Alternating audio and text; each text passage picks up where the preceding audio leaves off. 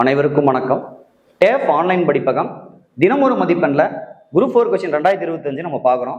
Question பாருங்க, கூற்று கேட்டிருக்காங்க. ஊவே சுவாமிநாதரின் அனைவராலும் அன்போடும் உரிமையோடும் தமிழ் தாத்தா ஊவேசா என்று அழைக்கப்படுகிறார்.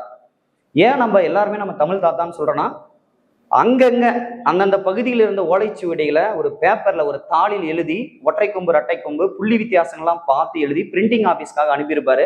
ஸோ அதனால நம்ம என்ன அழைக்கிறோம் அப்படின்னாக்க, ஊவேசா தமிழ் தாத்தா அப்படின்னு சொல்லி அழைக்கிறோம். அது சரிதான். அதுக்கப்புறம் பாருங்க, காரணம் பாத்தீங்கன்னா, அழிவு நிலையில் இருந்த வெவ்வேறு சுவடிகளை பலமுறை ஒப்பிட்டு பார்த்து வாசித்து நமக்காக தாளில் எழுதி அச்சிட்டு புத்தகமாக இலக்கியங்களை வழங்கினார்.